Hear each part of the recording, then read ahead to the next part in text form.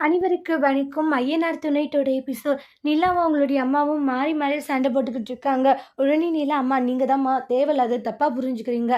பல்லவன் எந்த ஒரு தப்பு பண்ணலன்ட்டு நல்லாவே உங்களுக்கு புரியும். ஆனால் புரிஞ்சுமே ஏன் புரியாத மாதிரி நடந்துக்கிறீங்கன்னு தான் எங்களுக்கு கொஞ்சம் கூட புரிய மாட்டேங்குதுன்றாங்க. இப்படியெல்லாம் பேசாதீங்கன்றாங்க. நான் அப்படி தாண்டி பேசுவோம் அப்படின்ட்டு ரொம்ப கேவலமாக பேசிட்டு இருக்காங்க. அண்ணே நீங்கள் பல்லவன் பாண்டியை கூட்டிகிட்டு போங்கன்னு சொல்லுவாங்க. சோழனும் நிலா மட்டும் அவங்க நின்றுட்டு இருக்காங்க. 4 ஆம்பளைங்க கூட சேர்ந்து எப்படி நீ இருக்கிற அப்படின்ட்டுலாம் சொல்றாங்க. அம்மா இப்படி சொல்ல உனக்கு கொஞ்சம் கூட அசிங்கமா இல்லையாம்மா? நீ தானம்மா உன் பொண்ணு பெத்தன்றாங்க. ஒரு பொண்ணை பத்தி இந்த அளவுக்கு கேவலமா தரக்குறைவா பேசுறியம்மான்றாங்க. இந்த அளவுக்கு நான் பார்க்கலன்ட்டு மாறி மாறி சண்டை போட்டுக்கிறாங்க. அவகிட்ட என்ன பேசிட்டு வா அப்படின்ட்டு அவங்களுடைய ஹஸ்பண்ட் கூட்டிட்டு அங்கேருந்து கிளம்பி போயிடுவாங்க. நிலா ரொம்ப எமோஷ்னலாக ஃபீல் பண்ணிட்டு இருக்காங்க. ஏன்னா அவங்களுடைய அம்மா இந்த அளவுக்கு கேவலமாக பேசினதை நிலாவால் கொஞ்சம் கூட ஏற்றுக்கவே முடியல.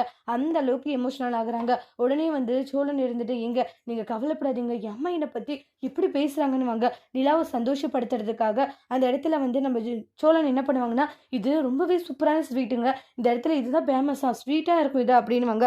சாப்பிட்டு பார்க்குறாங்க. இது உங்களுக்கு ஸ்வீட்? ஆமாம். ஏங்க காரத்தை வாங்கிட்டு வந்துட்டு ஸ்வீட்டுன்றீங்க அப்படியான்னு சொல்லி சாப்பிட்டு பார்க்குறாங்க. ஆமாங்க காரமாக இருக்குது, ஆனால் ஸ்வீட்டுன்னு தான் சொன்னார். அவர் ஏதோ சொல்ல வந்தார், ஆனால் நான் தான் அதை காது கொடுத்து கூட கேட்காதே இருந்துட்டேன்றாங்க. அப்படியே ஸ்வீட்டன் வேறு சொல்கிறீங்களான்ட்டு செம க்யூட்டாக 2 பேர் அடிச்சுட்டு விளையாடுவாங்க. அப்புறம் நிலாவுடைய ஃபேமிலி அவங்களுடைய ஊருக்கு எல்லாம் பேக் பண்ணிட்டு கிளம்புறாங்க. அப்போ அவங்களுடைய அம்மா இருந்துட்டு, எங்க நான் பேசிக்கிற பொறுமையா இருங்க, 4 ஆம்பளைங்க கூட சேர்ந்து வந்திருக்கல, நீ சந்தோஷமா இருந்துருன்னு மட்டும் நினைக்காதடி, எங்களுடைய வயிற்றை நீ அடிச்சுக்கிட்டடி, கண்டிப்பாக நீ சந்தோஷமா இருக்க மாட்டேன். அம்மா நான் கண்டிப்பாக உங்கள் முன்னாடி சந்தோஷமா வாழ தான் போகிறேன், நீங்கள் அதை பார்க்க தான் போறீங்கன்றாங்க. இந்த குடும்பத்தில் என்னால் சந்தோஷமா வாழ முடியாதா? கண்டிப்பாக வாழ்ந்து காமிக்கிறேன்னு அந்த இடத்துல சவால் விடுறாங்க நிலா. அவங்களுடைய அப்பா இவங்களும் முறைச்சிட்டே போவாங்க நிலாவை பார்த்து. அதுக்கப்புறமா அவங்களுடைய அண்ணாவுடைய குழந்தை பார்த்தீங்கன்னா போயிட்டு அத்தை அப்படின்னு சொல்லி கட்டி பிடிச்சிக்கோ. அவங்களுடைய அண்ணா நிலா கிட்ட இருந்து அந்த குழந்தைய பிரித்து கூட்டிகிட்டு போகிறாங்க. சரி நான் போயிட்டு வரேன்னு சொல்லிட்டு மறி சொல்கிறாங்க. சரிங்க அண்ணன்னு சொல்லிட்டு பாய் சொல்லிட்டு அங்கேருந்து கிளம்புறாங்க. இது எல்லாமே சோழன் பார்த்துட்டு அவங்க குடும்பத்தை இவங்க எவ்வளோ மிஸ் பண்ணுறாங்கன்னு சொல்லி ஃபீல் பண்ணுறாங்க. அப்புறம் இவங்களுமே ஃபேமிலியோடு கிளம்புறாங்க. இவ்வளோ சீக்கிரம் கிளம்புறது கொஞ்சம் கஷ்டமாக இருக்குன்னு பல்லவம் ஃபீல் ஆகுறாங்க.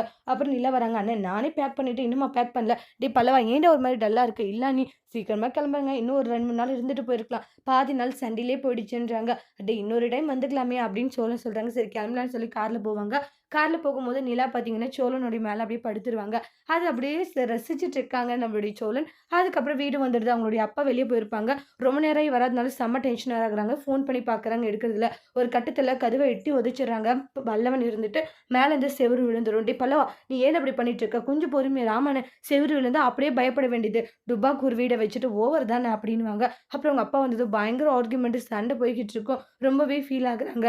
அப்புறமா நம்மளுடைய சேரனும் பாண்டியனும் 2 பேர் கடைக்கு போயிட்டு வருவாங்க. அங்கே கார்த்திகாவுடைய கல்யாணத்துக்காக பயங்கரமாக எல்லாம் போய்கிட்டு இருக்கும். அப்போ கார்த்திகாவுடைய வீட்டில் கார்த்திகா ஜன்னல இருந்து பார்த்துட்டு சேரனை பார்த்து ஃபீல் பண்ணிட்டு இருக்காங்க. சேரனும் பார்க்குற மாதிரி பார்ப்பாங்க, ஆனால் பார்க்காத மாதிரி போவாங்க.